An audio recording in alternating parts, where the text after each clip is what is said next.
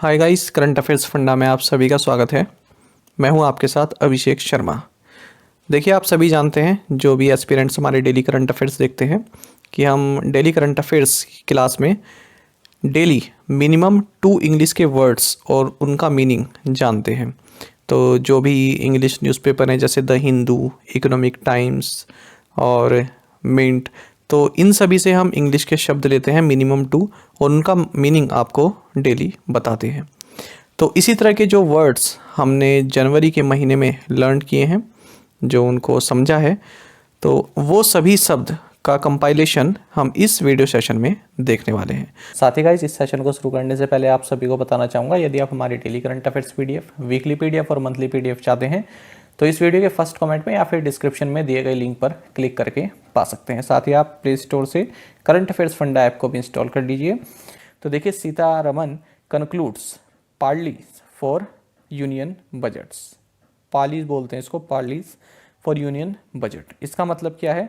देखिए, पार्लीज का मतलब होता है, मान लीजिए, वैसे इसका मतलब ये होता है कि जब किसी चीज़ पर सहमति ना बन रही हो, तब आप जो क्रिटिसाइज़र हैं, आपके जो ऑपोजिशन के मेंबर हैं, उन सभी के साथ बैठकर एक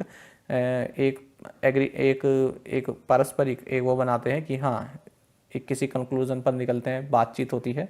तो यही इसका मतलब है। तो यूनियन बजट को लेकर इन्होंने बातचीत की, अलग अलग समूह के लोगों को बुलाया गया जो पक्ष और विपक्ष में जो है रहते हों, और यहाँ पर इन्होंने बातचीत की है।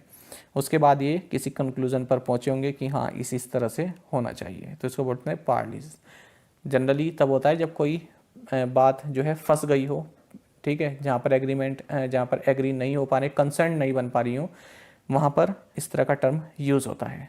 ठीक है, आपके साथ किसी का कोई मसला चल रहा है, मान नहीं रहे हैं, तो आपने उनको बिठाया, तो आपने क्या किया, एक पार्ली को कंक्लूड किया है, आपने उनके साथ बैठकर एक बातचीत की है। दूसरी हेडलाइन मैंने ये देखी, देखिए, पहले का है, coach Rahul Dravid along with the players and support staff at the barbecue ahead of the series against South Africa. तो ये जो आप शब्द देख रहे हैं, बारबेक्यू, बारबेक्यू क्या मतलब होता है? आप इनकी लोकेशन देखिए, थोड़ा बाहर खड़े हैं और आपको दिख भी रहा है कि खाने वगैरह का इंतजाम है, तो इसी को बोलते हैं बारबेक्यू। यानी कि ओपन में फायर जलाकर जब कुछ खाना ग्रिल किया जाए या फिर बाहर ओपन में खाया जाए, वहीं पर वो पक रहा हो, ठीक है, बाहर बैठकर खाना इस तरह से खाया जाए, चेयर्स वगैरह लगा के ओपन में, तो उसको बोलते हैं barbecue. Fracas with tourist SI suspended in Kerala.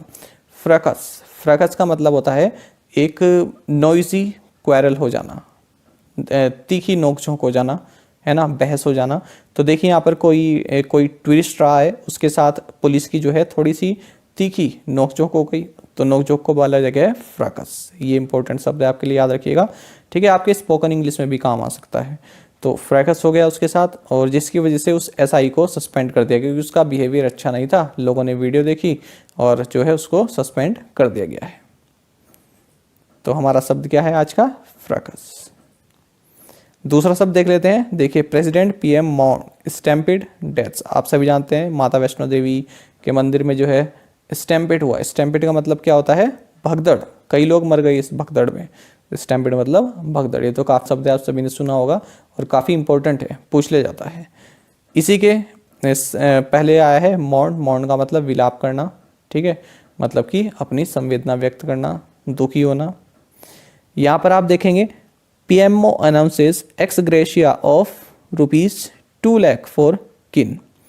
तो देखिए, एक्स ग्रेशिया का मतलब क्या होता है? एक्स ग्रेशिया का मतलब होता है आप वॉलंटरी, आप अपनी मर्जी से कुछ पैसा देते हैं। कोई ऐसी पार्टी है, कोई ऐसी मतलब दुखी फैमिली है, आप अपनी मर्जी से उसको पैसा देते हैं, उसको बोलते हैं एक्स ग्रेशिया। यानी कि आप बाध्य नहीं है, कोई ऐसा कानून नहीं है कि हाँ, आप किसी की डेथ हो गई है तो आपको पैसा देना ही देना है, ठीक है, कोई कंपलसरी नहीं है। लेकिन जब आप अपनी मर्जी से देते हैं, वॉलंटरी देते हैं, तो उसको बोलते हैं एक्स ग्रेशिया।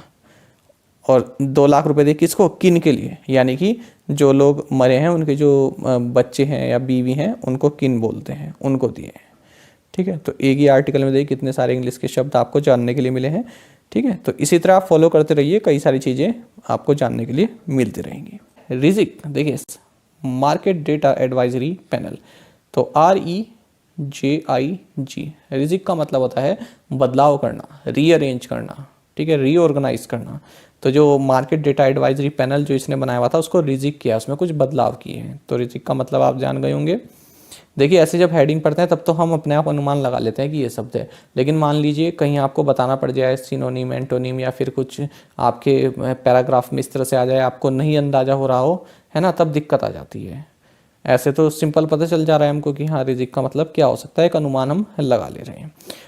दूसरा देखते हैं, RBL bank stock tanks as CEO goes on leave, RBI naming additional director. तो देखिए यहाँ से भी हम अंदाजा ला सकते हैं कि टैंक्स का मतलब क्या है, लेकिन अगर अलग से शब्द आ जाए तो हम नहीं बता सकते। टैंक हमने क्योंकि एक ही सुना है, जो टंकी होती है वही टैंक है, या फिर जो मिलिट्री में टैंक होते हैं। तो देखिए RBL panel stock tanks, tanks का मतलब होता है भारी गिरावट। मान लीजिए कोई कंपनी है, उसके शेयर में गिरावट आ गई तो आप उसको टैंक बोलेंगे, उसके शेयर में क्या हुआ है, टैंक हुआ है, गिरावट आई है, ठीक है। या फेल होना, फेल होने को भी टैंक बोलते हैं आप। तो एक नेगेटिव शब्द होता है टैंक। आरबीएल बैंक के स्टॉक क्या हुआ है, टैंक हुए, क्योंकि इनके सीईओ क्या चले गए, छुट्टी पर चले गए। Activist call out skewed representation of women MPs in parliamentary panel on marriage age, जो कि हमने क्वेश्चन में भी पढ़ा है। तो हमारा जो शब्द है ये है स्क्यूड।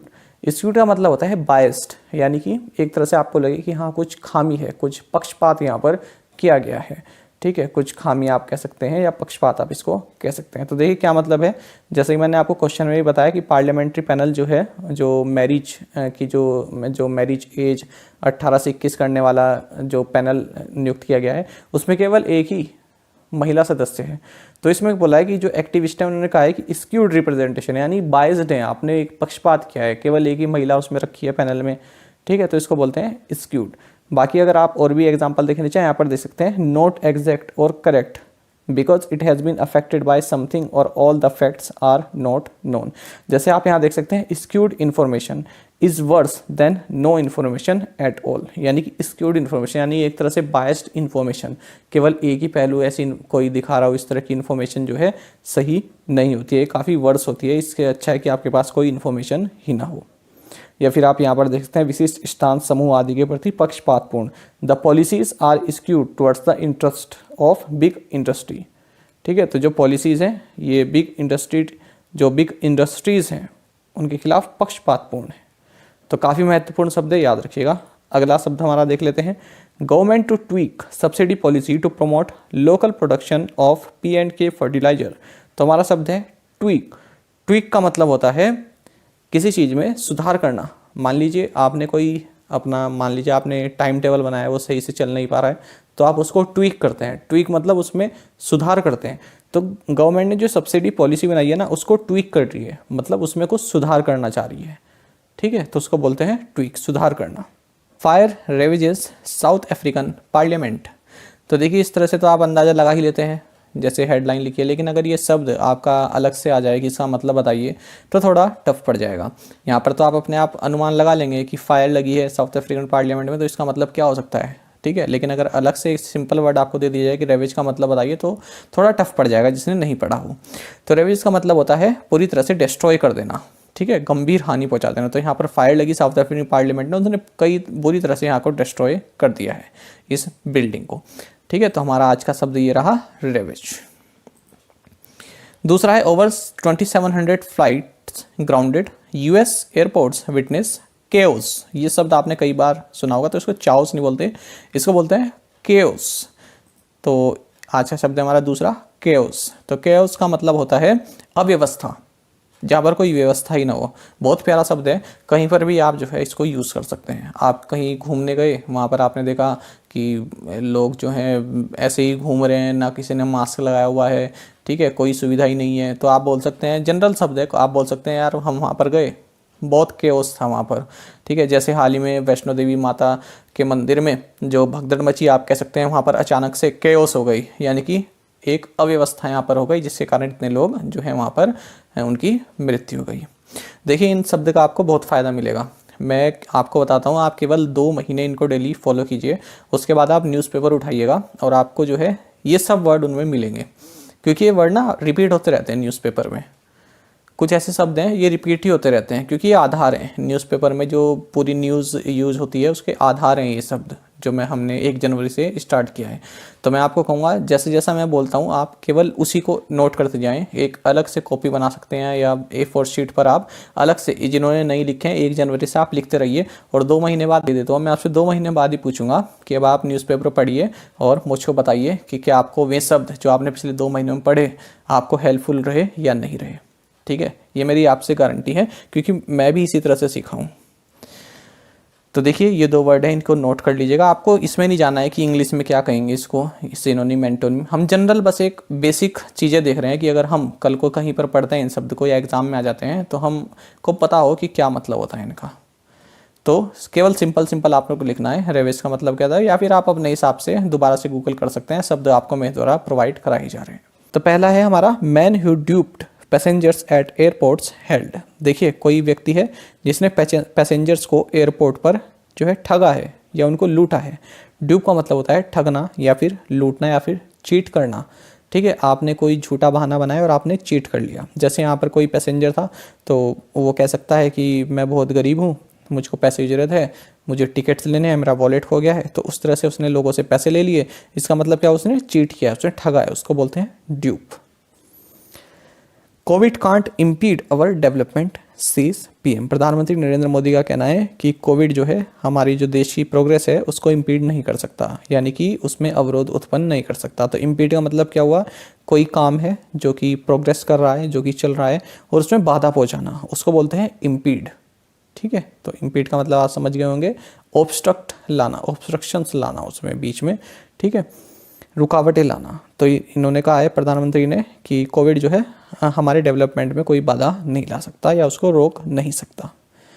थर्ड एंड लास्ट है हमारे पास, Nadda flays arrest of Telangana BJP head. तो देखा तेलंगाना बीजेपी हेड को अरेस्ट कर लिया गया है। तो नड्डा फ्लीज का मतलब होता है क्रिटिसाइज करना, बहुत जोर से क्रिटिसाइज करना, गुस्से में क्रिटिसाइज करना, उसको बोलते हैं फ्लीज। तो फ्ले बोलते हैं, ये तो एस लग गया है उसमें वर्ब के कारण, फ्ले। ठीक है, फ्ले का मतलब होता है क्रिटिसाइज करना। तो नड्डा ने क्रिटिसाइज किया है किस चीज़ को, जो इनका तेलंगाना बीजेपी हेड है उनको अरेस्ट करने को लेकर तेलंगाना सरकार को फ्लेज किया है, क्रिटिसाइज किया है या इस घटना को क्रिटिसाइज किया है।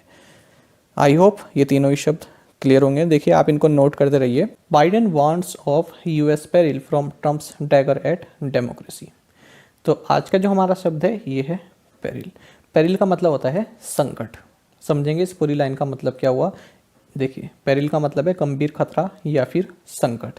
इसी के साथ एक शब्द दिया है डैगर। डैगर मतलब होता है इस तरह का एक छुरा या फिर चाकू।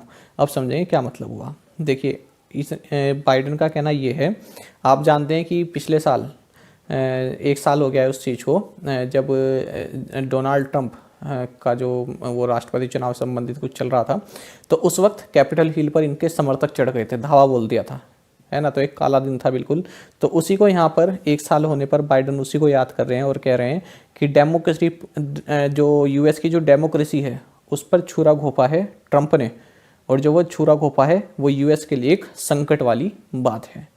आई होप आप समझ गए होंगे। अब देखिए Biden warns of US peril from Trump's dagger at democracy. Dagger का मतलब क्या है, छुरा घोंपना। डेमोक्रेसी में इन्होंने छुरा घोंपा था, उस घटना को याद करते हुए कह रहे हैं, और यूएस जो है इसकी वजह से संकट में रहा।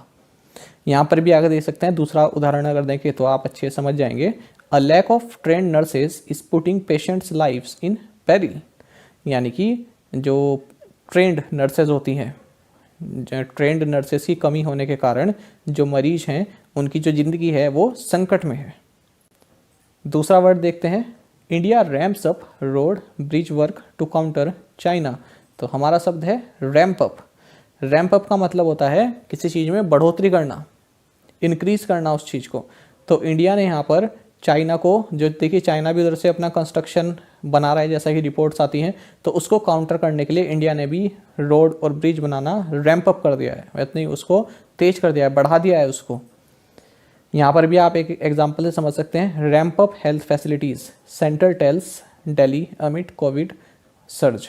तो देखिए सेंटर ने यहाँ पर दिल्ली सरकार को ये बोला है, जो दिल्ली की गवर्नमेंट है, कि रैंप अप हेल्थ फैसिलिटीज़ जो हैं उनको बढ़ाइए, उनको इंक्रीज कीजिए, ठीक है, उनको बढ़ाइए। इसका मतलब होता है रैंप अप। आई होप आपको ये तीनों शब्द क्लियर हो गए होंगे। Djokovic in limbo as his lawyers fight to overturn Australia entry ban. तो आज का हमारा शब्द है इन लिम्बो। देखिए आप सभी जानते हैं जोकोविच ने वैक्सीन नहीं लगवाई है और ये ऑस्ट्रेलिया पहुंच चुके हैं, तो ऑस्ट्रेलिया वालों ने इनको एंट्री नहीं दी है और ये वहीं पर ऑस्ट्रेलिया में ही जो है फंस चुके हैं। ठीक है, तो इनके लॉयर्स जो हैं, इनके लॉयर्स ने जो है उस अपील की है इसके खिलाफ। जो ऑस्ट्रेलिया की अथॉरिटी है उन्होंने कहा है कि कोई आपको स्पेशल प्रिविलेज नहीं दी जाएगी, आप भले ही कितने बड़े खिलाड़ी हो, आपने वैक्सीन नहीं लगवाई है तो हम आपको जो है यहाँ पर अभी खेलने नहीं देंगे। तो इनके लॉयर ने क्या किया है, अपील की है इस ऑर्डर के खिलाफ वहाँ की कोर्ट में। तो अब जोकोविच क्या है, इन लिम्बो, ये अब एक दुविधा में है, ये नहीं जानते कि आगे अब क्या होगा, क्या होने वाला है। ऊपर से क्वारंटीन इनको अलग किया हुआ है ना। तो इन लिम्बो का मतलब दुविधा में, जब आपको ये ना मालूम हो कि आगे क्या होने वाला है, जब कुछ भी मतलब आप सोच ना पा रहे हो आगे क्या होगा, ठीक है, और क्या नतीजा निकलेगा किसी चीज़ का, उसको बोलते हैं इन लिम्बो। आयोग आप इस चीज़ को जो है समझ गए होंगे। आपको अगर मेरे द्वारा बताए जाने पर भी अगर समझ में नहीं आते तो फिर आप उसको खुद से सर्च किया कीजिए, क्या पता आपको तब अच्छे से समझ में आ जाए। वैसे मैं बिल्कुल क्लियर बताता हूँ, इतना मुझे पता है। इन लिम्बो है ना, जब आप दुविधा में हो कि आगे क्या होगा, ये आपको मालूम ही ना हो। तो आप अब देखिए, जोकोविच in limbo as his lawyers fight to overturn Australia entry ban. Overturn मतलब किसी फैसले को पलटने के लिए उनके लॉयर्स जो हैं फाइट कर रहे हैं। तो ये जोकोविच अभी लिम्बो में, अभी दुविधा में है कि आगे क्या होगा, क्योंकि क्वारंटीन अलग से हुए हैं। Bulli Bai case, mastermind student made lewd remarks on complainant speak planted fake news. तो हमारा शब्द है ल्यूड। ल्यूड का मतलब होता है एक भद्दा कमेंट, ठीक है, भद्दी टिप्पणी। भद्दी की भी किस तरह से, जिसमें सेक्स से जुड़े शब्द यूज़ किए गए हों, है ना, सेक्सुअली हरासमेंट टाइप जो शब्द यूज़ किए जाते हैं उसको बोलते हैं ल्यूड रिमार्क। ठीक है, इस तरह की टिप्पणी करना, गंदी भद्दी टिप्पणी करना, उसको बोलते हैं ल्यूड। तो जो बुली बाई केस है, जो मास्टरमाइंड स्टूडेंट था उसने को है कुछ सेक्सुअली कुछ भद्दे कमेंट किए हैं जो जिसने कंप्लेंट की थी उसकी पिक पर। ऑस्ट्रेलियन जज रीइंस्टेट्स टेनिस स्टार जोकोविच। तो हमारा जो शब्द है ये है रीइंस्टेट। देखिए रीइंस्टेट का मतलब क्या होता है, जनरली मैं आपको बता दूं, कोई व्यक्ति है, मान लीजिए गवर्नमेंट ने किसी व्यक्ति को उसके पद से हटा दिया है कि आपने जो है काम चोरी की है या फिर आप जो है किसी तरह के करप्शन में लिप्त पाए गए। वो चला गया कोर्ट के दरवाजे, कोर्ट ने इन्वेस्टिगेशन की और कोर्ट ने पाया कि उस व्यक्ति की कोई गलती नहीं थी। तो कोर्ट ने कहा कि आप इसको जो है फिर से इसकी पोजीशन पर बिठाइए, आपने इसको गलत तरीके से हटाया, ऐसे इसकी कोई गलती नहीं थी। तो जो कोर्ट ने क्या किया, उसको रीइंस्टेट किया है, यानी कि जिस पोजीशन वो पहले था दोबारा उस पोजीशन पर उसको बिठा दिया है। ठीक है, वहाँ से बर्खास्त कर दिया गया था लेकिन फिर से उसको बिठाया, तो इसको बोलते हैं रीइंस्टेट, यानी कि एक जगह जो आपसे छीन ली गई है फिर से आपको वही जगह दे देना।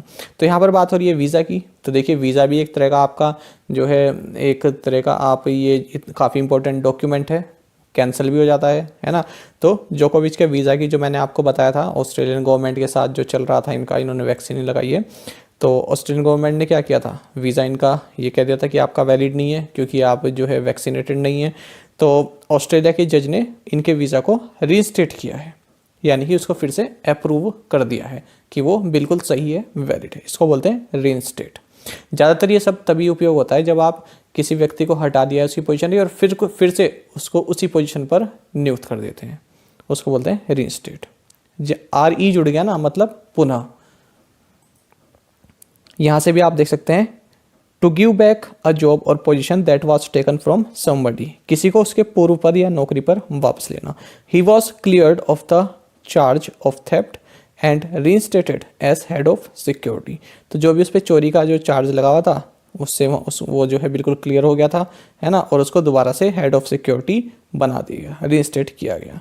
या फिर किसी को उसका पूर्व पद या दायित्व लौटाना। अगला शब्द है हमारे पास Covid surge, centre warns states against laxity. तो हमारा शब्द है लैक्सिटी। लैक्सिटी का मतलब होता है ढिलाई, सख्ती ना दिखाना, उसको बोलते हैं लैक्सिटी। और सर्ज का मतलब क्या होता है, बढ़ना, है ना, ग्राफ ऊपर जाना, उसको बोलते हैं सर्ज। सर्ज आप किस में कह सकते हैं, पेट्रोल प्राइस में भी कह सकते हैं, पेट्रोल प्राइस सर्ज, है ना, किसी भी चीज़ में आप कह सकते हैं सर्ज। बेरोजगारी में भी कह सकते हैं अनएम्प्लॉयमेंट रेट सर्ज। ठीक है, तो 2 शब्द आपके ये हो गए, एक आपका ये हो गया, 3 हो गए। हेडलाइन देखेंगे द टेलीग्राफ ऑनलाइन की, tea coffee boards to be overhauled. Overhauled का मतलब क्या है? तो आज का हमारा शब्द है ओवरहोल्ड। देखिए ओवरहोल्ड का मतलब होता है किसी सिस्टम में चेंजेस लाना ताकि वो अच्छे से कार्य कर सके। फिलहाल वो अच्छा कार्य नहीं कर रहा है या फिर आप संतुष्ट नहीं है, उसको जो है ओवरहोल करना, उसमें थोड़े चेंजेस लाना। या आप कहीं भी यूज़ कर सकते हैं, जैसे कि आप कह सकते हैं I got my bike engine overhauled, है ना, मेरा जो इंजन है, मेरी गाड़ी का जो इंजन है वो सही से काम नहीं कर रहा था, मैंने उसको ओवरहोल किया, यानी कि मैंने उसको जो है या तो उसको चेंज वगैरह कराया, जो भी कराया है ना, ओवरहोल कराया। कोई कंपनी है, किसी जो है एम्प्लॉयज़ है ना, वो सही काम नहीं कर रहे, तो मैंने जो पूरा सेटअप है उसको ओवरहोल किया, यानी कि मैंने चेंज कर दिया, पूरा स्टाफ ही चेंज कर दिया मैंने, तो उसको बोलते हैं ओवरहोल। यहाँ पर भी आप देख सकते हैं to look at something carefully and change और रिपेयर इट इफ़ नेसेसरी। ठीक है, टू ओवरहोल एन इंजन की बात जैसे हो गई, या फिर जो मैंने आपको एक एग्जांपल बताया है। तो ओवरऑल आप कहीं पर भी यूज़ कर सकते हैं जहाँ पर आप किसी चीज़ को चेंज करना चाहते हैं जिससे आप सेटिस्फाइड नहीं हैं।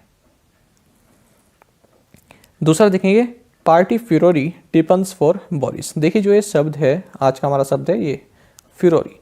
अगर आप ब्रिटिश इंग्लिश की बात करें तो फ्यूरोरी इसको जो है उच्चारण होता है, और यदि आप अमेरिकन इंग्लिश की बात करें तो फ्यूरोर इसको बोलते हैं। तो हम फ्यूरोरी बोलते हैं, फ्यूरोरी या फिर फ्यूरोर, कुछ भी आप बोलिए।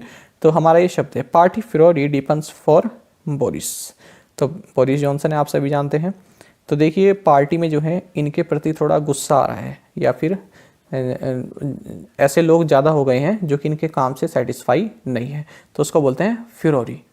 यानी कि कलह जब बढ़ जाए, किसी व्यक्ति के खिलाफ जो है कलह बढ़ जाए या फिर उससे संतुष्ट ना हो, पार्टी फ्यूरोरी डीपन्स, यानी कि और गहरी होती जा रही है। जो इनके खिलाफ जो इनके खिलाफ जो मानसिकता है लोगों की, वो और जो है थोड़ा खराब होती जा रही है, लोग इनके काम से संतुष्ट नहीं है, उसको बोलते हैं फ्यूरोरी।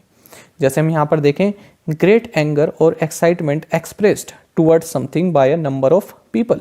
किसी घटना के प्रति बड़ी संख्या में लोगों द्वारा अत्यधिक क्रोध, आवेश की अभिव्यक्ति, सार्वजनिक उत्तेजना या आक्रोश, हंगामा।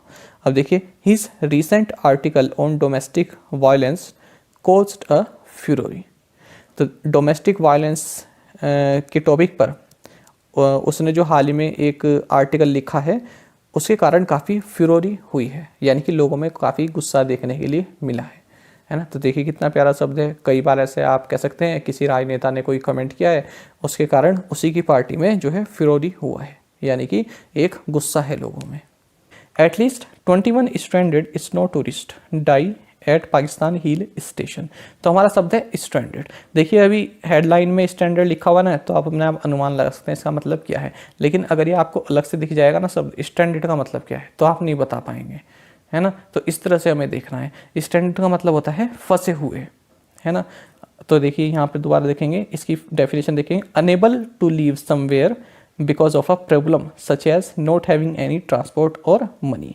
देखिए कहीं पर फंस जाना, क्यों फंस जाना, या तो वहाँ पर ट्रांसपोर्ट का आपके पास साधन नहीं है, ट्रांसपोर्ट या तो चल नहीं पा रहा है, या फिर आपके पास पैसे नहीं है, उसको बोलते हैं स्ट्रैंडेड, है ना। अभी हमने एक क्वेश्चन जो सबसे पहला पढ़ा था प्रधानमंत्री नरेंद्र मोदी का कमेटी से संबंधित, उसमें लिखा हुआ था कि प्रधानमंत्री का जो पूरा कॉन्वॉय है, उनका जो पूरा उनका जो चला था, पूरा जो दल चला था गाड़ी के साथ, वो स्ट्रैंडेड रहा, है ना, फिरोजपुर में, यानी कि वो रुका रहा, फंसा रहा, क्योंकि आगे क्या चल रहा था, प्रोटेस्ट चल रहा था। तो स्टैंडर्ड इस तरह से यूज़ होता है। जैसे आप यहाँ पर भी देख सकते हैं, he left me stranded in town with no car and no money for a bus. उसने मेरे को जो है फंसा हुआ छोड़ दिया बिल्कुल, है ना, मतलब कहीं का नहीं छोड़ा, मैं ना इधर जा सकता ना पीछे जा सकता, क्योंकि ना तो मेरे पास कार थी और ना ही मेरे पास पैसे थे कोई बस लेने के लिए। दूसरा शब्द है हमारे पास India to export mango to US after hiatus. ये बहुत प्यारा शब्द है और काफ़ी इंपॉर्टेंट है, कई बार आपको देखने के लिए भी मिल जाएगा। तो हमारा शब्द है आज का हाइटस। देखिए इंडिया जो है लगभग 2 साल के बाद यूएस को मैंगो एक्सपोर्ट करेगा। तो ये जो 2 साल बीच में रुके रहे ना, जो गैप आया है 2 साल, इसको बोलते हैं हाइटस। कोई भी एक्टिविटी है उसमें यदि बीच में गैप आ जाए तो उसको आप बोलते हैं हाइटस। देखिए यहाँ पर देखें, a short pause in which nothing happens और इज सेड और a space where something is missing. जैसे आप ये देखते हैं, the company expects to resume production of the vehicle again after a 2 month hiatus. यानी कि कोई कंपनी है, उसमें जो है दो महीने से काम उसमें बंद था। आप ऐसा कह सकते हैं कि लॉकडाउन लग गया था और एम्प्लॉयज़ भी नहीं आ रहे थे, कुछ नहीं आ रहे थे, ना ही प्रोडक्शन हो रहा था। तो दो महीने का बीच में गैप रहा ना, मतलब बंद रहा, कोई एक्टिविटी नहीं हुई, उसको बोलते हैं हाइटस। तो अब 2 मंथ के हाइटस के बाद उन्होंने अपना कार्य शुरू किया है। आई होप आप समझ गए। आप ऐसा कह सकते हैं कि आप एग्ज़ाम की तैयारी कर रहे थे और 1 साल आप जो है बीच में 1 साल का आपने गैप कर लिया, यानी कि आपने कुछ नहीं किया उसमें। 1 साल बाद फिर से आपने तैयारी शुरू की, तो आप कहेंगे after 1 year hiatus I started again, I started my preparation again for banking exams, है ना। तो इस तरह से आप बोल सकते हैं। हाइटस का मतलब क्या हो गया? गैप, जो बीच में एक्टिविटी आपकी रुकी रही। रशिया स्लैम्स ब्लिंकन्स जाइब ओवर ट्रूप्स। तो देखिए हमारा शब्द है जाइब। ये आपको अखबार में हर दूसरे तीसरे दिन मिलता ही रहेगा, क्योंकि राजनेता एक दूसरे पर इस तरह से ये जो है कुछ ना कुछ यूज़ करते रहते हैं, तब ये हेडलाइन बनती है। JIPE जाइब। देखिए जाइब का मतलब होता है चुटकी लेना। आप चुटकी लेते हैं ना, किसी ने कोई बात बोल दी हो या किसी ने कोई काम किया हो, आप उस पर चुटकी ले लें, है ना, या उस पर टॉन्ट कसते हैं, उसको बोलते हैं। तो देखिए रशिया ने अपने ट्रूप्स भेजे हुए हैं ना, कजाकिस्तान में भेजे थे, तो उसी पर जो है अमेरिका की जो US सेक्रेटरी हैं, तो इन्होंने चुटकी ली। इन्होंने कहा कि भेजे तो आपने वहाँ पर हालातों को सामान्य करने के लिए हैं, लेकिन कजाकिस्तान में हालात जो हैं और भी उनके ऊपर बर्डन पड़ जाएगा रशिया के ट्रूप्स आ जाने से। तो ये चुटकी ली थी। तो रशिया स्लैम्स, यानी कि रशिया ने, जो ब्लिंकन ने जो जाइब किया था उनके ऊपर जो चुटकी ली थी, उसको स्लैम किया है, यानी कि उसको क्रिटिसाइज़ किया है। तो दो शब्द, एक तो ये हो गया स्लैम। स्लैम मतलब क्या होता है? क्रिटिसाइज करना किसी की स्टेटमेंट को, और मेन वर्ड हमारा क्या है? जाइब, यानी कि चुटकी लेना। जैसे आप यहाँ पर देखिए, an insulting remark that is intended to make someone look stupid. किसी को आप स्टूपिड बता रहे हैं, है ना, तो इस तरह का चुटकी लेते हैं, इनडायरेक्ट वे में आप जो बताते हैं उसको बोलते हैं जाइब। जैसे आप देखेंगे, AAP government in Punjab to ensure security to prime minister common people, Kejriwal jibe at Modi Congress. तो देखिए केजरीवाल ने यहाँ पर मोदी और कांग्रेस पर चुटकी ली है। क्या कहा है कि आप गवर्नमेंट यदि पंजाब में आती है तो प्राइम मिनिस्टर और कॉमन पीपल इन दोनों को ही सिक्योरिटी प्रोवाइड करेगी। तो एक तीर से दो निशाने कर दिए, है ना। तो यहाँ पर ये भी कह दिया कि हमें आने दो, हम देंगे आपको सिक्योरिटी, और कांग्रेस को भी कह दिया कि आपके बस का नहीं है, हम देंगे सिक्योरिटी। तो जाइब, चुटकी लेना किसी चीज़ की, किसी को जो है इंसल्ट कर देना।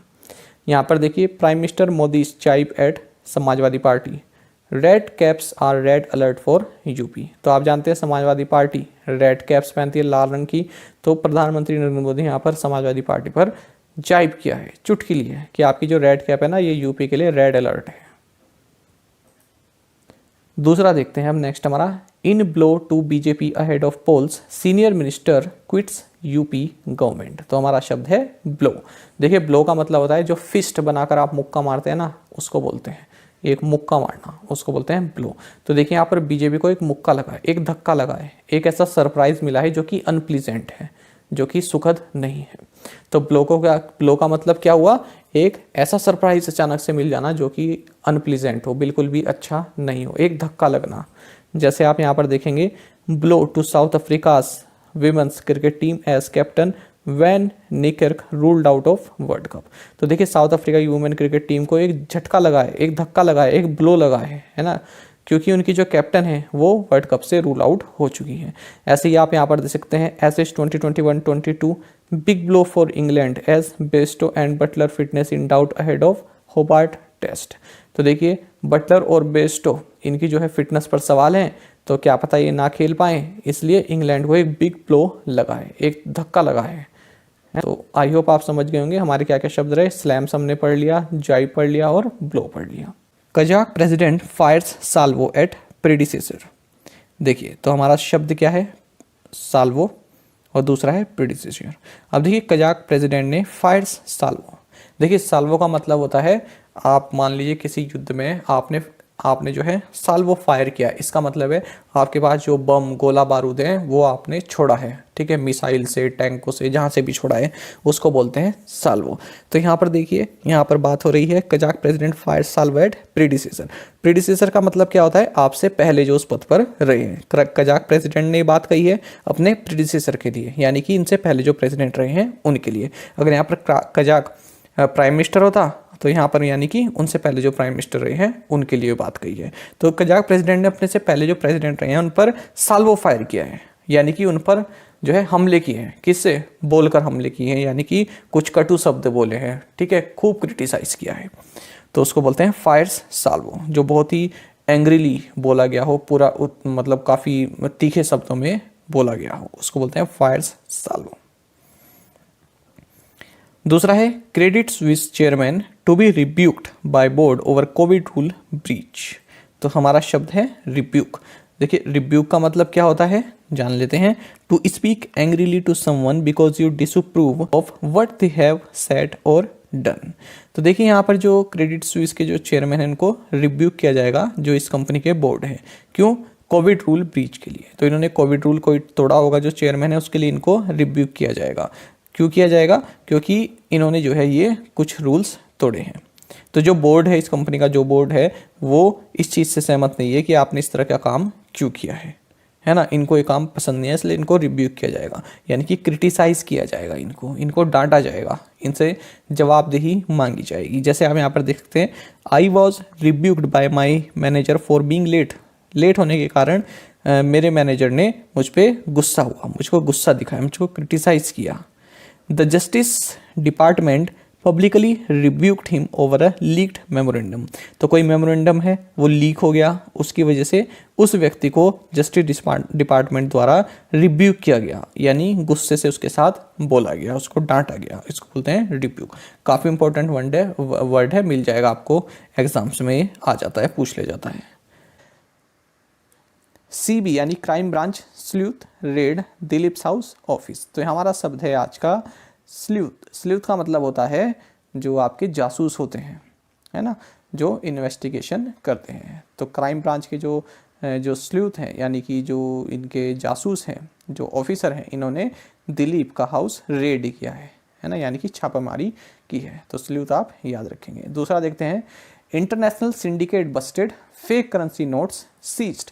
तो हमारा शब्द है सिंडिकेट। सिंडिकेट का मतलब होता है कोई ग्रुप, है ना। तो यहाँ पर इंटरनेशनल ग्रुप बस्टेड हुआ है और फेक करेंसी नोट्स वहाँ पर सीज किए गए। इनके पास फेक करेंसी नोट थे। इंटरनेशनल सिंडिकेट है, यानी कि इंटरनेशनल एक ग्रुप है। तो यहाँ पर देख सकते हैं, अ ग्रुप ऑफ पीपल और companies that work together in order to achieve a particular aim. तो विशेष लक्ष्य की प्राप्ति के लिए एक साथ काम करने वाले व्यक्तियों या कंपनियों का समूह, उसको बोलते हैं सिंडिकेट। दूसरा शब्द आप यहाँ पर देख रहे हैं बस्टेड। बस्टेड का मतलब होता है कोई गैर कानूनी काम करते हुए पकड़े जाना, उसको बोलते हैं बस्टेड। या फिर बस्टेड का मतलब होता है ब्रोकन।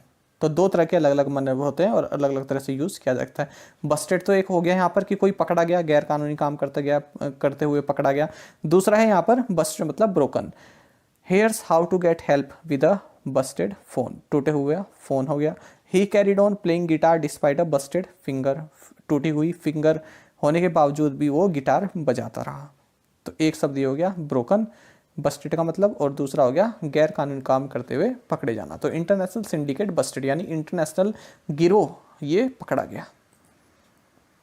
अगला है community spread rampant in state as कोविड-19 केस राइज शार्पली। तो हमारा शब्द है रैम्पेंट।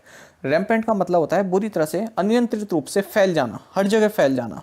तो यहाँ पर क्या कह रहे हैं, कम्युनिटी स्प्रेड जो है वो फैल गया है बुरी तरह से, है ना। और इसको रैम्पेंट बहुत प्यारा शब्द है, आपके कई बार एग्जाम में पूछ भी लिया जाता है, याद रखिएगा रैम्पेंट। तो यहाँ देखिए अनियंत्रित रूप से सर्वत्र विद्यमान होना या फैलना। जैसे आप इसको यहाँ पर देखिए कितना प्यारा यूज है, car theft is rampant in this town. जो कारों की चोरी है बुरी तरह से फैल गई है इस टाउन में, मतलब हर जगह विद्यमान है। कारों की चोरी जो है आपको हर जगह देखने को मिल जाएगी इस टाउन में, ठीक है। तो इसका मतलब ये हो गया। तो आई होप आपको ये अच्छे लगे होंगे शब्द, नोट डाउन जरूर कीजिएगा। Indian army will foil bid to change borders. बने रहिएगा, काफ़ी महत्वपूर्ण है, काफ़ी कुछ आपको जानने के लिए मिलेगा आज इस स्लाइड में। देखिए, जो हमारे आर्मी चीफ हैं जनरल एम नरवणे, इन्होंने बोला है कि Indian army will foil bid to change borders. तो हमारा शब्द है फॉइल। फॉइल का मतलब क्या होता है? टू प्रिवेंट समवन और समथिंग फ्रॉम बीइंग सक्सेसफुल, यानी किसी व्यक्ति को सफल होने से रोकना। जैसे आप यहाँ पर ये क्वेश्चन, यहाँ पर एक एग्जांपल देखिए, the prisoner's attempt to escape was foiled at minute when police received a tip off।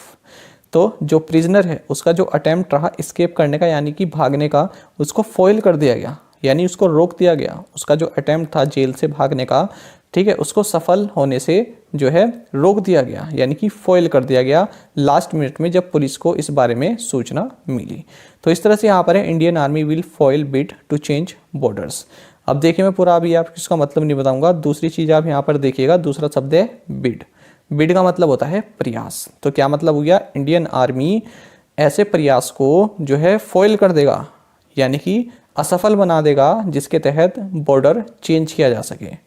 तो इशारा क्या हो रहा है? चाइना पर। चाइना जो है बॉर्डर चेंज करने पे लगा रहता है ना, अपने और पूरी ज़मीन खिसकाता रहता है कि इतना बॉर्डर हमारा है, फिर और बढ़ जाता है, ऐसा प्रयास करता रहता है। तो इंडियन आर्मी ने वही कहा है कि इंडियन आर्मी इस तरह का कोई भी प्रयास को जो है असफल बना देगा, फॉइल कर देगा, असफल बना देगा। किसको? बिड को, ऐसे प्रयास को।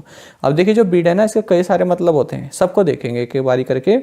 देखिए, बिड का मतलब एक तो यही होता है कि to offer a particular amount of money for something that is for sale. बिकने के लिए कोई सामान है तो उसके लिए आपने एक पर्टिकुलर अमाउंट सेट कर दिया। जैसे आप कहते हैं ना, बिड लग रही है उसकी। जैसे देखें, she knew she could not afford it so she did not bid. वो जानती थी कि वो इतना महंगा नहीं खरीद सकती, इसलिए उसने बिड ही नहीं लगाई। एक तो बिड हो गया जो नीलामी होती है ना, कि हम 100 का लेंगे, हम 200 का लेंगे, एक तो बिड हो गया। दूसरा देखें, if someone bids to do something they compete with other people to do it. ये आप देखेंगे स्पोर्ट्स में जैसे कोई वर्ल्ड कप होना है तो कई सारी कंट्रीज अपनी अपनी बिड लगाती हैं। वे कहते हैं कि हम ऑर्गेनाइज करेंगे या फिर हम ऑर्गेनाइज करेंगे, ठीक है। जैसे Paris is bidding to host the next Olympic. अगले ओलंपिक को होस्ट करने के पेरिस क्या है? बिड कर रही है, कोई प्रयास कर रही है, ठीक है, अपना दावा ठोक रही है। इसी तरह से एक है an attempt to achieve or get something. Her bid for री इलेक्शन वॉज अनसक्सेसफुल। अब ये वाला जो बिड है ना, ये यूज हुआ है यहाँ पर, ठीक है, ये वाला बिड हुआ है यहाँ पर यूज। यहाँ पर क्या हुआ? इसमें का मतलब अटेम्प्ट या फिर प्रयास। उसका जो प्रयास रहा दोबारा से रीइलेक्ट होने का, दोबारा से इलेक्ट होने का, वो अनसक्सेसफुल रहा, वो असफल रहा। तो बिड का मतलब क्या हो गया? प्रयास, एक जो यहाँ पर यूज हुआ है। अच्छा, साथ ही में आप एक चीज़ जानेंगे, ये मैं आपको बताना चाह रहा था, काफ़ी महत्वपूर्ण है। देखिए, Birju Maharaj bids adieu to world. इसी तरह से आप ये देखिए, Ross Taylor bids adieu to test cricket with final wicket as New Zealand thrashed Bangladesh in second test. तो मेरा जो आपको यहाँ पर प्रयास है बताने का, ये है पूरा ये शब्द बिड्स एड्यू। बिड्स एड्यू का मतलब होता है टाटा गुड बाय कह देना किसी को, है ना, to say goodbye to someone और समथिंग। तो इसका मतलब होता है bids adieu. Birju Maharaj bids adieu to the world. संसार को इन्होंने अलविदा कह दिया, टाटा बाय बाय कह दिया। इसका मतलब ये होता है गुड बाय कह दिया। दूसरा है Ross Taylor bids adieu to test cricket. Test cricket को इन्होंने अलविदा कह दिया, यानी कि रिटायरमेंट हो गए हैं। अब आपके इंग्लिश के पेपर में किस तरह से बनता है? बिड एड्यू के बाद यहाँ पर पूछ लिया जाता है कि क्या आएगा? To, by, from, bids adieu from world, bid adieu by world, इस तरह से। तो इसके बाद जो है टू आप यूज़ करेंगे, बिड्स एड्यू के बाद टू यूज़ करेंगे। देखो, कहीं भी आप देख लेना टू ही यूज़ होगा। Games to wean away Andhra Pradesh youth from cock fight. तो ये हेडिंग है ना, हेडिंग जो होती है थोड़ा शॉर्ट में ही होती है। तो देखिए, इसका क्या मतलब है? हमारा शब्द है विन अवे। विन अवे का मतलब होता है दूर रखना, किसी काम से दूर रखना। तो देखिए, इस हेडिंग का मतलब ये है, कॉक फाइट होती है ना वहाँ पर, वो जो मुर्गों वगैरह की जो फाइट होती है, ठीक है, तो उससे यूथ को दूर रखा जा सके, इसलिए वहाँ पर गेम्स इंट्रोड्यूस किए जा रहे हैं यूथ्स के लिए। तो विन अवे का मतलब क्या हो गया? To make someone gradually stop using something that is bad for them. दूर रखना किसी चीज़ से जो उनके लिए अच्छा ना हो। एग्जाम्पल और देख लीजिए, it's difficult to wean addicts of cocaine once they are hooked.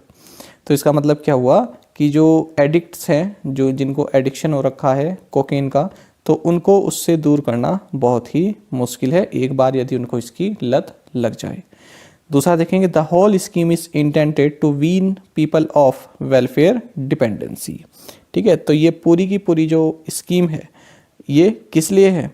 People को वीन ऑफ करना, किससे? वेलफेयर डिपेंडेंसी से दूर रखने के लिए। नेक्स्ट है हमारे पास, at Happy Slam players unamused by Djokovic's antics.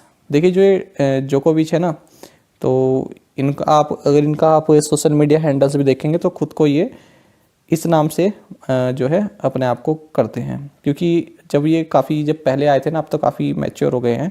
जब पहले ये खेला करते थे तो इम्पर्सोनेट किया करते थे, यानी कि औरों की नकल उतारा करते थे। काफ़ी फ़नी थे, ग्राउंड में भी काफ़ी फ़नी रहते थे। जैसे जोकर काम करते हैं ना, इस तरह के काम किया करते थे, तो इसलिए इनको इस तरह के नाम से बोला जाता है। तो देखिए हमारा पहला शब्द है यहाँ पर अनएम्यूज्ड। आप सभी जानते हैं नोवाक जोकोविच का जो पूरा प्रकरण रहा, इनके पास वैक्सीन सर्टिफिकेट नहीं था, ना ही इन्होंने वैक्सीन लगवाई हुई है, तो इसलिए ऑस्ट्रेलिया सरकार ने इनका वीज़ा भी नहीं अप्रूव किया। तो आजकल जो है थोड़ा यहाँ पर मसला गड़बड़ चल रहा है। तो पूरा का पूरा जो आपका ये ऑस्ट्रेलियन ओपन है, ये यहीं पर सेंट्रलाइज्ड हो चुका है। यही टॉपिक इसमें चल रहा है, तो टूर्नामेंट पर अच्छा असर नहीं पड़ा है। तो इसी की बात यहाँ पर है कि players unamused by Djokovic's antics. देखिए अनएम्यूज्ड का मतलब होता है अप्रसन्न होना, यानी कि प्रसन्न ना होना, खुश नहीं है आप जिस तरह से बातें हुई है। और दूसरा शब्द है एंटिक्स। एंटिक्स का मतलब क्या होता है? सिली थिंग्स, सिली काम है ना, ऐसे ही मतलब कुछ सिली आप समझ रहे हो ना, कि बेतुके काम करना। ठीक है, तो जो जोकोविच है, इन्होंने जो ये काम किए हैं, जो सिली थिंग्स इन्होंने की हैं, उससे जो प्लेयर्स हैं वे खुश नहीं हैं। ठीक है, क्योंकि टूर्नामेंट पर अच्छा असर नहीं पड़ा है। तो 3 शब्द आपके हो गए, एक तो वीन अवे, एक हो गया अनएम्यूज्ड, और यदि आप अन को हटा दें और आगे लिख दें केवल एम्यूज्ड, इसका मतलब प्रसन्न होना, आपको हंसी आई है, आप खुश हुए हैं, उसको बोलते हैं एम्यूज्ड। और एंटिक्स का मैंने आपको बता दिया है। ठीक है, सिली थिंग्स, बेतुके काम, इस तरह के बोलते हैं। Krishna water dispute, justices Chandrachud Bopanna recuse from case. तो हमारा आज का शब्द आप समझ ही गए होंगे, हमारा आज का शब्द है रिक्यूज। तो देखिए रिक्यूज का मतलब क्या हुआ? रिक्यूज का मतलब है टू से दैट अ जज और a member of a jury should not be involve in a trial because they have a special interest in its final result. देखिए ये कृष्णा वाटर डिस्प्यूट से संबंधित कोई केस होगा, तो कोई जज होते हैं जो इसकी हियरिंग सुनते हैं, है ना, जो इस पर अपना फैसला सुनाते हैं।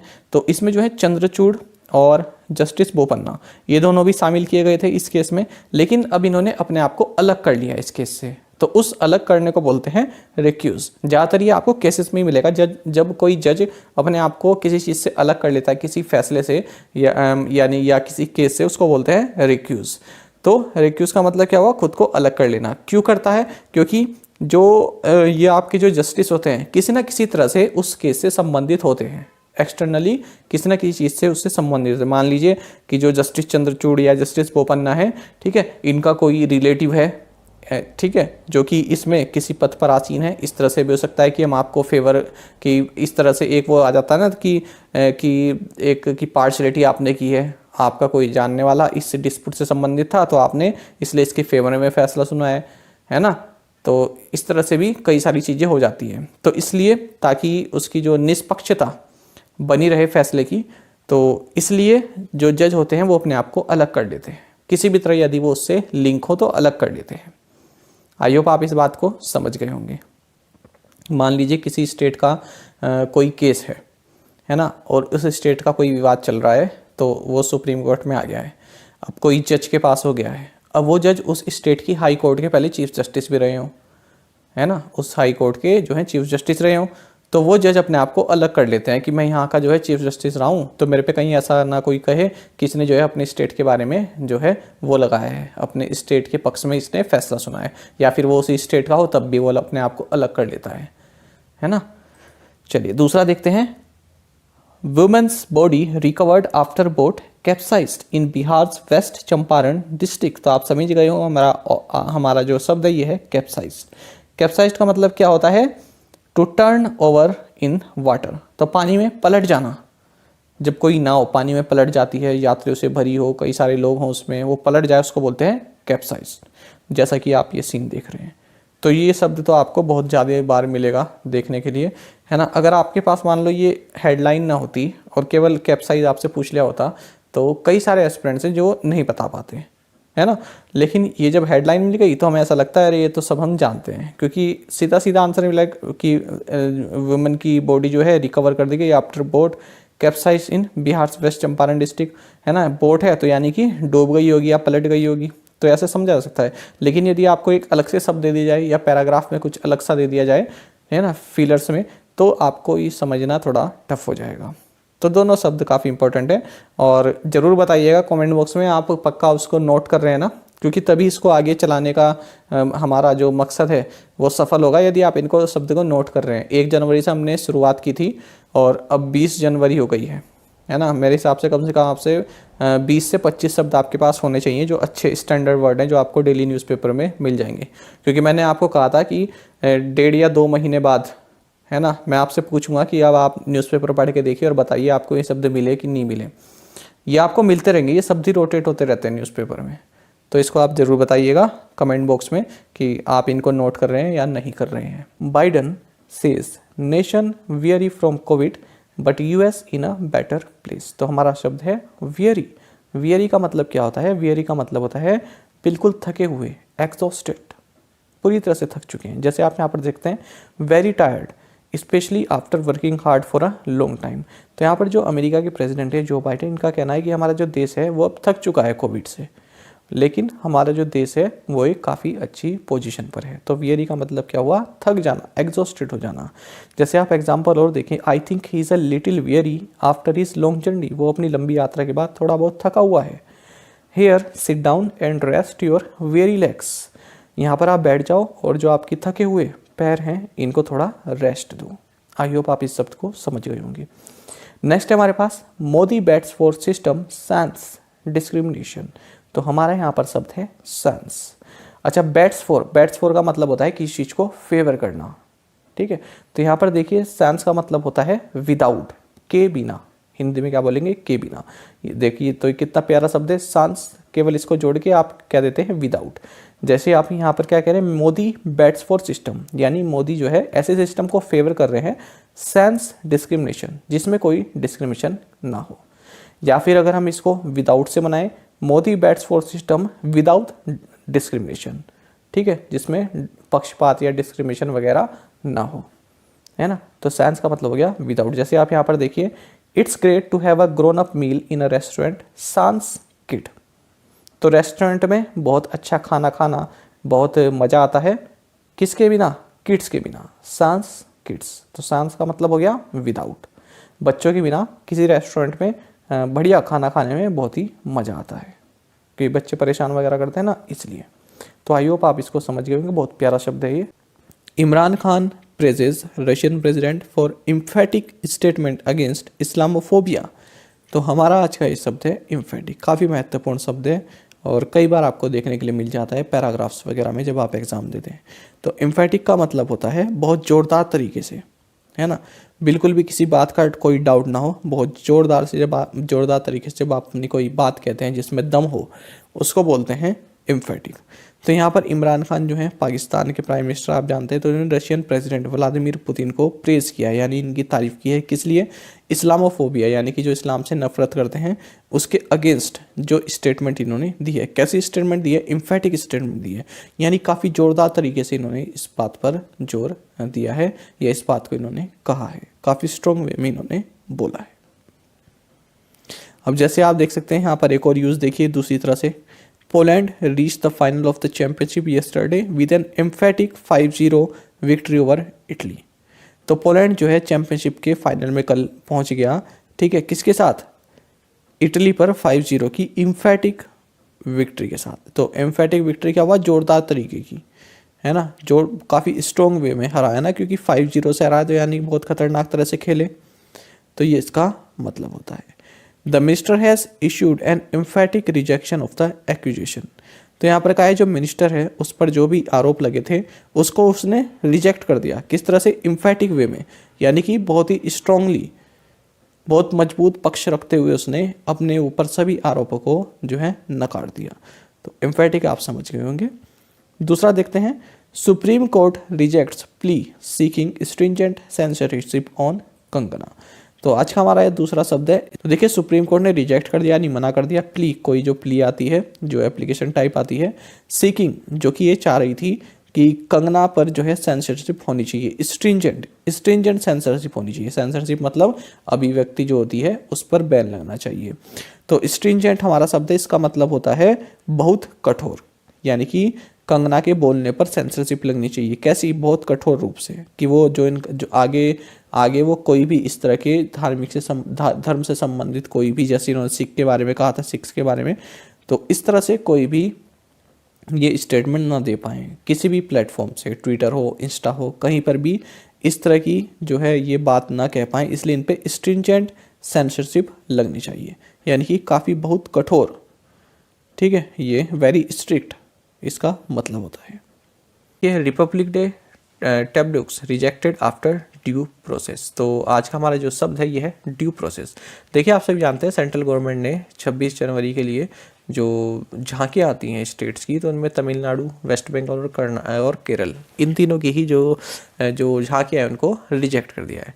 तो काफ़ी इस पर जो है थोड़ा हंगामा भी हुआ कि क्यों किया है आपने। तो यहाँ पर सेंट्रल गवर्नमेंट का है, हमने ड्यू प्रोसेस के बाद इसको रिजेक्ट किया। ड्यू प्रोसेस का मतलब क्या होता है? कोई ऐसा प्रोसेस फॉलो किया जिसमें पूरा पारदर्शिता हो, यानी कि एक कमेटी बिठाई गई हो, ठीक है, उसने चयन किया हो, फिर अप्रूव किया हो, इस तरह से जो होता है। ये नहीं कि आपने केवल मुंह से बोल दिया कि हम इन 3 को नहीं लेते, हमें इनका आइडिया अच्छा नहीं लगा, ऐसा नहीं। देखिए यहाँ पर लिखा भी है कि एक कमेटी बनाई गई थी, सब्जेक्ट एक्सपर्ट कमेटी बनाई गई थी, ठीक है, उसने रिजेक्ट किया है, तो उसको बोलते हैं ड्यू प्रोसेस, यानी कि एक तरीके से रिजेक्ट किया गया। ऐसे नहीं कि हवा में ही रिजेक्ट किया है, एक कमेटी बनाई गई, उन्होंने सब पहलुओं को देखा, उसके बाद रिजेक्ट किया गया है, ये मतलब होता है ड्यू प्रोसेस। नेक्स्ट है हमारे पास, ये काफ़ी महत्वपूर्ण शब्द है आपके लिए, parties vie to take credit for Punjab poll deferment.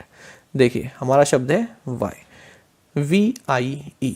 देखिए वाई का मतलब होता है एक दूसरे से compete करना, वर्ब है, to compete with other people to achieve or get something. ठीक है, डिफरमेंट आप जानते हैं कि पोल टलना। तो देखिए जो पंजाब में पोल है उसकी डेट एक्सटेंड करने गई, तो अब क्या कह रहे हैं, पार्टी जो है वाई मतलब कि एक दूसरे से compete कर रही है, कि किस लिए, to take credit for Punjab poll deferment, Punjab poll जो आगे कर दी गई है ना, उसका क्रेडिट लेने के लिए एक दूसरे से compete करनी है, वाई कर रही है। ठीक है, तो आप यहाँ पर एग्जाम्पल देख सकते हैं, 6 candidates are currently vying for the Democratic presidential nomination. तो यहाँ पर प्रेसिडेंशियल नॉमिनेशन प्राप्त करने के लिए 6 कैंडिडेट जो है वाइंग कर रहे हैं, यानी कि compete कर रहे हैं। ठीक है, रेस में है, उस कंपटीशन की रेस में है। यहाँ पर देखें, the 2 older children tend to vie with the younger one for their mothers' attention, यानी कि 3 भाई हैं, उनमें सबसे छोटे पर ज़्यादा अटेंशन जा रही है उसकी माता की। ठीक है, तो जो 2 बड़े भाई हैं वे दोनों ही भाई हैं या फिर बहन है, दो बड़े जो उसके मतलब भाई बहन हैं, वो क्या कर रहे हैं, वाई विद द यंगर, यानी कि अपने सबसे छोटे वाला जो सबसे छोटा है उसके साथ वाई कर रहे हैं, compete कर रहे हैं, किस लिए, मदर की अटेंशन पाने के लिए। ठीक है, कुछ कर रहे होंगे, ठीक है, अपना मतलब कुछ कर्तव्य वगैरह। फिर देखिए, the 2 groups of scientist are vying to get funding for their research projects. ठीक है, तो अपने रिसर्च प्रोजेक्ट की फंडिंग के लिए 2 ग्रुप हैं साइंटिस्ट के, वो वाई कर रहे हैं, यानी कि अपनी अपनी तरह से जो है पूरा जोर शोर लगा रहे हैं, उसको बोलते हैं वाई। जैसे आप कह सकते हैं कि जो है lakhs of students are vying for IBPS PO, है ना, या फिर IBPS क्लर्क पोस्ट, इस तरह से आप लिख सकते हैं। ठीक है, लाखों कैंडिडेट जो है IBS PO क्लर्क PO के लिए या फिर क्लर्क के लिए जो है वाई कर रहे हैं, यानी कि compete कर रहे हैं। Sindhu ends title jinx in style against Malvika. तो हमारा शब्द आप समझ गए होंगे, जिंक्स। इससे पहले मैं इसका आपको मतलब बताऊं, और भी एग्जांपल देख लेते हैं। Under Priyanka Congress hopes to break Agra's 26 year jinx. एक और एग्जांपल दिखा देता हूं, ISL Indian Super League, SC East Bengal finally break jinx with 2-1 win over FC Goa.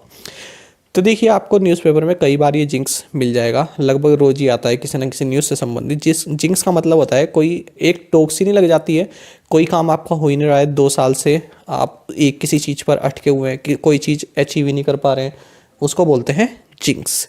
जैसे हम यहाँ पर देखें, सिंधु एंड्स टाइटल जिंक्स, यानी टाइटल का जो इनको एक वो लगा हुआ था ना, एक आप ये कह सकते हैं एक रोक सी लग गई थी, है ना, टाइटल जीत ही नहीं पा रही थी, तो टाइटल जिंक्स जो लगा हुआ था तो उसको ब्रेक कर दिया सिंधु ने, उसको ख़त्म कर दिया और अपना टाइटल जीता है, सैयद मोइन इंटरनेशनल जीता है ना। तो इसलिए बोला है कि इन्होंने अपना टाइटल का जो सूखा है, सूखा कह सकते हैं आप, एक सूखा जो पड़ा हुआ था, टाइटल नहीं इनके पास आ रहे थे, तो उसको तोड़ा है और अब इन्होंने जो है सैयद मोइन इंटरनेशनल जीत लिया है। अब क्या है अगला देखिए, अंडर प्रियंका, यानी प्रियंका गांधी जो है वाड्रा, ठीक है, तो इनके लिए लिखा गया है कि Congress hopes to break Agra's 26 year jinx, यानी कि कांग्रेस प्रियंका की अगुवाई में कांग्रेस आशा कर रही है कि आगरा डिस्ट्रिक्ट में पिछले 26 साल से कांग्रेस जीती नहीं है, इनका कोई कैंडिडेट जीता ही नहीं है वहाँ पर, ठीक है। तो अब ये वाला जो एक इनके ऊपर कलंक लगा हुआ ना, एक धब्बा लगा हुआ है, जिसे आप जिंक्स बोलेंगे, जो सूखा लगा कैंडिडेट यहाँ पर नहीं जीत रहा है, तो हो सकता है प्रियंका के अंडर में ये टूट जाए। तो आई होप आप जिंक्स का मतलब यहाँ भी समझ गए होंगे। अब अगला देखें, ISL, इंडियन जो आपका ये सुपर लीग है फुटबॉल से संबंधित, SC East Bengal finally breaks jinx with 2-1 win over FC Goa. तो देखिए जो SC ईस्ट बंगाल है, ये भी टूर्नामेंट नहीं जीत पा रही थी पिछले जो है लगभग 1 साल से, इन्होंने मतलब मैच ही नहीं जीता है। तो अब इन्होंने ये जिंक्स तोड़ दिया है, ये जिन पे एक धब्बा लगा हुआ था ना, या जो एक ये टोक सी लगी हुई थी, एक रोक लगी हुई थी, है ना, एक सूखा सा पड़ा हुआ था कि कोई हम टूर्नामेंट या फिर हम कोई मैच नहीं जीत पा रहे हैं, तो वो इनका अब टूट गया है क्योंकि इन्होंने FC गोवा के ऊपर अपनी जीत हासिल कर ली है। यहाँ से भी आप देख सकते हैं, bad luck or a person or thing that is believe to bring bad luck. यहाँ पर आप देख सकते हैं, there is a jinx on this computer, it's crash 3 times this morning. यहाँ पे देख सकते हैं, there must be a jinx in our team, 4 of our best players were injured yesterday. तो यहाँ पर आप देख सकते हैं, किसी ने अपनी काली नजर टाइप की डाल दी है कि हमारे जो हैं 4 जो बेस्ट प्लेयर हैं वो इंजर्ड हो गए हैं कल ही। तो दोनों तरह से आप इसको देख सकते हैं। अगला है हमारे पास, जोकोविच could be barred from French Open. Barred का मतलब है कि उनको दूर रखा जा सकता है, बार्ड, है ना।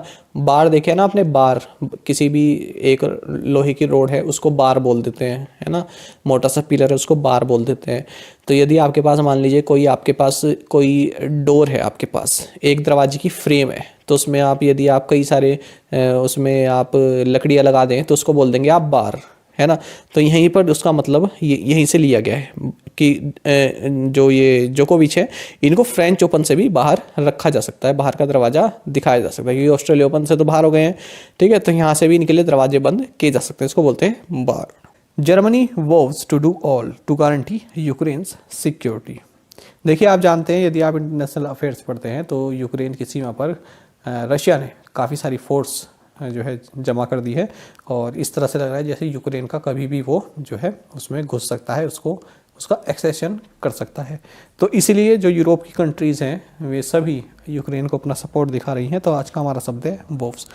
वो का मतलब होता है प्रतिज्ञा करना, ठीक है, कुछ निष्ठा दिखाना, डिटरमाइंड होना, वो। तो देखिए आप यहाँ देखेंगे, to make a determined decision or promise to do something, कि जर्मनी ने क्या किया है, जर्मनी ने ऐसी प्रतिज्ञा की है या ऐसा उसने अपनी जो है ऐसा अपना उसने सोच दिखाई है कि हम यूक्रेन की सिक्योरिटी को गारंटी देने के लिए सब कुछ करेंगे। जैसे आप यहाँ देख सकते हैं, the guerrillas vowed that they would overthrow the government.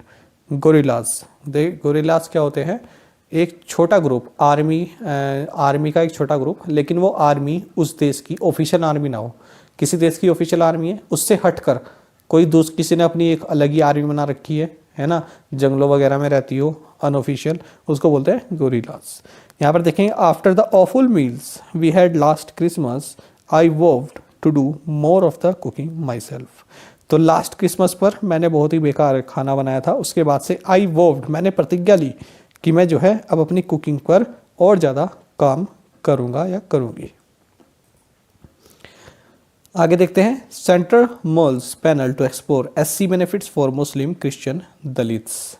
तो आज का हमारा दूसरा शब्द है मुल्स। ये आपको कई बार पैराग्राफ्स में मिल जाएगा, ठीक है। और मुल ओवर आता है कई बार, इसके साथ जो है ओवर भी लिखा रहता है।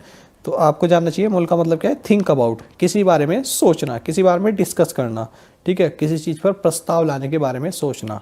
तो देखिए यहाँ पर सेंटर क्या कर रही है, centre mulls panel to explore SC benefits for Muslims Christian Dalit. जो मुस्लिम्स हैं, जो क्रिश्चियन दलित्स हैं, ठीक है, तो उनको एससी को, जो एससी का जो बेनिफिट होता है ये प्रोवाइड कराने के लिए सेंटर अभी किसी पैनल के बारे में सोच रहा है कि क्या पैनल बना देना चाहिए। अभी बनाया नहीं है क्योंकि मुल्स लिख दिया ना, मुल्स का मतलब है कि पैनल के बारे में सोच रहा है। जैसे आप देख सकते हैं यहाँ पर सी बिगेन टू मुल ओवर द वेरियस पॉसिबिलिटीज, उसने कई तरह की संभावनाओं के बारे में जो है सोचना शुरू किया।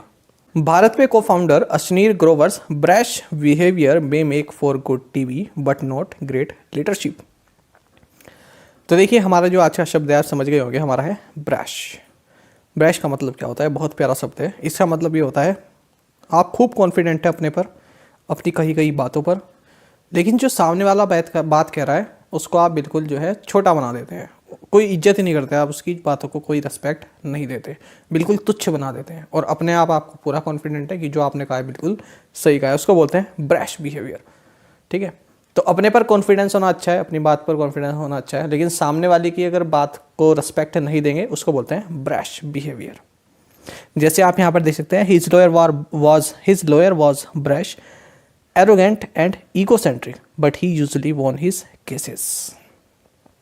ठीक है, अच्छा यहीं पर एक चीज़ और देखी गई है, सब हेडिंग देखेंगे। Current and former colleagues are not surprised by his pugnacity on Shark Tank India. तो आप जानते हैं प्रोग्राम आ रहा है शार्क टैंक इंडिया, तो भारत पे के कौन फाउंडर अश्नीर ग्रोवर भी हैं इसमें, जो कि पैसा वगैरह दे रहे हैं इसमें।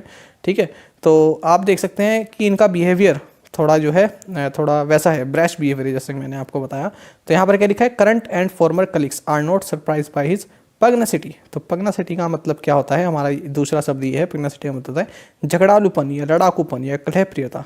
ठीक है, जो बात बात पर, छोटी छोटी बात पर जो है थोड़ा जो है मतलब झगड़ा टाइप का करे या फिर आर्ग्यू वगैरह करे, उसको बोलते हैं पग्नासिटी। ठीक है, तो ये बोला है कि करंट और फॉर्मर कलीग्स जो हैं इनके, वो सरप्राइज नहीं है, उन्हें पता है कि इस तरह का बिहेवियर ये करते हैं। तो दो शब्द आपके पास हो गए हैं। तीसरा शब्द देखते हैं, Perera hangs up his boots. और एक और आप देखिए, Sania Mirza to hang up her boots. तो हमारा शब्द है हैंग अप बूट्स। ठीक है, जब कोई प्लेयर देखिए अपना हैंग अप बूट्स की बात होती है, इसका मतलब होता है रिटायरमेंट लेना, यानी कि अब आप क्विट कर चुके हैं उस चीज़ से। स्पोर्ट के साथ साथ आप किसी भी चीज़ से, आपने कोई बिजनेस खोला है ना, और आपका वो चल नहीं रहा है, तो आपने जो है बूट्स हैंग कर लिए, इसका मतलब आपने उस बिजनेस से क्विट कर लिया, आप अब कुछ और देखना चाहते, अब कुछ और आप करना चाहते हैं। जैसे आप यहाँ देख सकते हैं, to retire from playing a sport after suffering so many injuries on the field I think it's time to him to hang up his boots. Field पर काफ़ी सारी इंजरीज होने के बाद मुझे ऐसा लगता है कि अब टाइम आ गया है कि वो रिटायरमेंट ले ले। तो हैंग अप हिज बूट्स। ठीक है, हैंग अप हर बूट्स। आप BJP spar over running of dispensaries. तो देखिए यहाँ पर दूसरी हेडिंग देखेंगे, CM Bhupesh Baghel and Raman Singh spar over Chhattisgarh physical health. तो देखिए हमारा आज का शब्द है स्पार ओवर। ठीक है, तो स्पार ओवर भी हो सकता है, स्पार विद भी हो सकता है। यदि आप किसी इशू पर, इस इशू के वजह से स्पार लिखना चाहते हैं तो स्पार ओवर आएगा। यदि आप किसी पर्सन के साथ स्पार लिखना चाहते हैं तो स्पार विद होता है। पहले हम देखते हैं स्पार का मतलब क्या होता है। तो देखिए स्पार का मतलब होता है टू आर्ग्यू, बहस करना, आर्ग्यू करना। उधर से आप तर्क दे रहे हैं, उधर से दूसरा तर्क दे रहा है किसी एक इशू को लेकर। तो देखिए यहाँ पर डिस्पेंसरीज को रन करने की वजह से आप और बीजेपी एक दूसरे से भिड़ गए हैं, आर्ग्यू कर रहे हैं। यहाँ पर देख सकते हैं छत्तीसगढ़ के जो फिलहाल सीएम है भूपेश बघेल और जो इनसे पहले जो सीएम रह चुके हैं रमन सिंह, ये दोनों ही छत्तीसगढ़ की जो फिजिकल कंडीशन है ना, इसको लेकर स्पार ओवर यानी कि भिड़ गए हैं, यानी कि आर्ग्यू करने लगे हैं। तो इसको बोलते हैं स्पार। ठीक है, यहाँ पर आप आर्ग्यू भी रिप्लेस कर सकते हैं, लेकिन स्टैंडर्ड इंग्लिश में जाएंगे तो स्पार आप इसको बोलते हैं। जैसे कि आप यहाँ पर देख सकते हैं, Frank and Jill always spar with each other at meetings but really they are good friends. तो देखिए जब दो पर्सन के बीच में स्पार की बात हो रही है, स्पार विद ईच अदर, तो विद आ गया यहाँ पर। लेकिन जब आप किसी इशू की बात कर रहे हैं, है ना, किसी इशू के साथ आप यूज़ कर रहे हैं तो स्पार ओवर। ओवर मतलब किसके लिए? इस इशू के ऊपर। ठीक है, तो आप हमारा मेन मकसद यहाँ स्पार का मतलब क्या हुआ? आर्ग्यू करना। देखिए मैं आपको ये शब्द इसलिए बताता हूँ ताकि आपको एक जनरल आइडिया मिल सके, है ना। आप भी जानते हैं कि प्रॉपर इंग्लिश नहीं मैं आपको बता रहा हूँ कि सिनोनिम क्या है और एडजेक्टिव है, नाउन है, ये सब नहीं। मेरा आइडिया ये है आपको कि आप एक वैसी इंग्लिश सीखें, मतलब रिलैक्स होकर, ठीक है, बिल्कुल एक बेसिक कि हाँ हमने ये शब्द पढ़ा तो हमें इसका मतलब पता होना चाहिए और शब्द देखते ही हम हेडिंग का मतलब सीख जाएं, ये मेरा मकसद है, ठीक है। अच्छा, इसी के साथ अब देखिए एक न्यूज़ है, again no congregational Friday prayers at Jamia, ये हमारी हेडिंग है। तो हमारा शब्द है कॉन्ग्रीगेशनल। तो देखिए यहाँ पर क्या है, फ्राइडे प्रेयर्स होती हैं, है ना, जामिया में। तो फिर से कोरोना की वजह से जो है प्रेयर नहीं हो पा रही है। तो इसका मतलब क्या हुआ, again no congregational Friday. Congregation का मतलब, कॉन्ग्रीगेशन ये एक नाउन है, इसका मतलब होता है अ group of people who have come together in a religious building for worship and prayer. ये बहुत प्यारा शब्द है और आपको पैराग्राफ में देखने के लिए मिल जाता है, जो आपके एग्जाम में पैराग्राफ्स वगैरह आता है ना, उसमें देखने के लिए आपको मिल जाएगा। कॉन्ग्रीगेशन का मतलब होता है इकट्ठा होना, कई लोगों का इकट्ठा होना किसी रिलीजियस बिल्डिंग में, है ना, या फिर किसी रिलीजियस पर्पस के लिए खास करके, ठीक है। तो ग्रुप ऑफ पीपल को बोलते हैं कॉन्ग्रीगेशन। किसी मंदिर में जा रहे हैं आप, आपने देखा बहुत सारे लोग हैं, तो वो क्या हो गया, एक कॉन्ग्रीगेशन हो गया, बहुत सारे लोग इकट्ठे हो रखे हैं, ठीक है। तो अगेन नो कॉन्ग्रीगेशनल, यानी कि अगेन नो कॉन्ग्रीगेशनल फ्राइडे, यानी कि फिर से कैसा फ्राइडे आया है जिसमें लोग इकट्ठा नहीं है, है ना। इस तरह की प्रेयर यहाँ पर जामिया में हुई है। जैसे आप यहाँ देख सकते हैं, the priest asked the congregation to kneel. तो प्रिस्ट ने, जो पुजारी है, उसने सभी कॉन्ग्रीगेशन को, यानी कि जो पूरा समूह है, जितने भी लोग आ रखे हैं, उनको कहा है झुकने के लिए, मत्था टेकने के लिए। तो देखिए, Akhilesh pledges Samajwadi thali to wrest UP from BJP. तो हमारा शब्द क्या है, रेस्ट।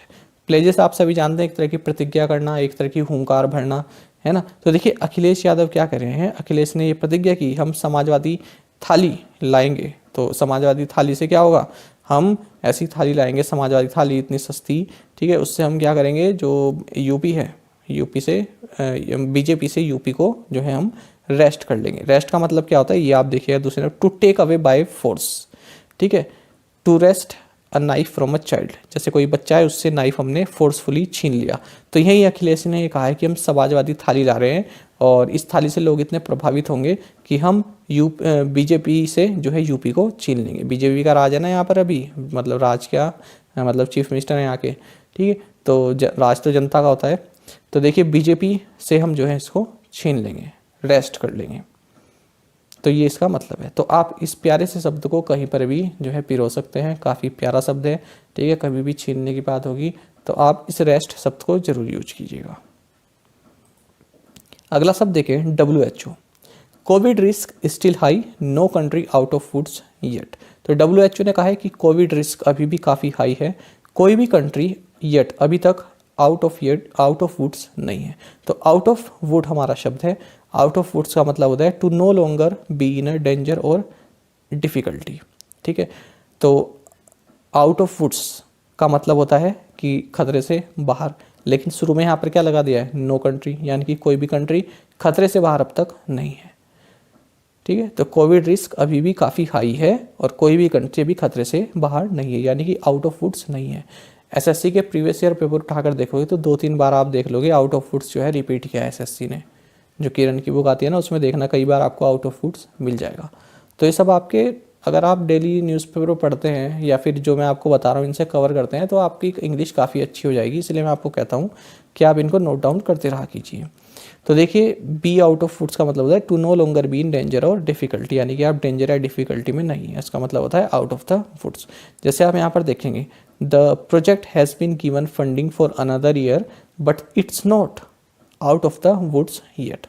प्रोजेक्ट को जो है और 1 साल के लिए फंडिंग दे दी गई है, लेकिन अभी भी ये खतरे से बाहर नहीं है। जो प्रोजेक्ट है ये अभी भी किसी खतरे से बाहर नहीं है या फिर डिफ़िकल्टी से बाहर नहीं है, अभी भी इसमें काफ़ी सारे पेंच अड़े हुए हैं। साथ ही करंट अफेयर्स फंडा को आप टेलीग्राम पर भी ज्वाइन कर सकते हैं। यहाँ पर रेगुलर वीडियो अपडेट्स और करंट क्विजेस हम आप सभी के लिए डालते रहते हैं। साथ ही डिस्कशन ग्रुप में आप किसी भी क्वेश्चन का सोल्यूशन पा सकते हैं। दोस्तों, यहाँ पर हमारे करंट अफेयर्स की प्लेलिस्ट दी गई है, इसको आप जरूर देखें और अपने दोस्तों के साथ, फेलो एस्पिरेंट्स के साथ हमारे करंट अफेयर्स को शेयर जरूर करें। आज का ये सेशन आपको कैसा लगा हमें कमेंट बॉक्स में जरूर बताइएगा। Thank you guys.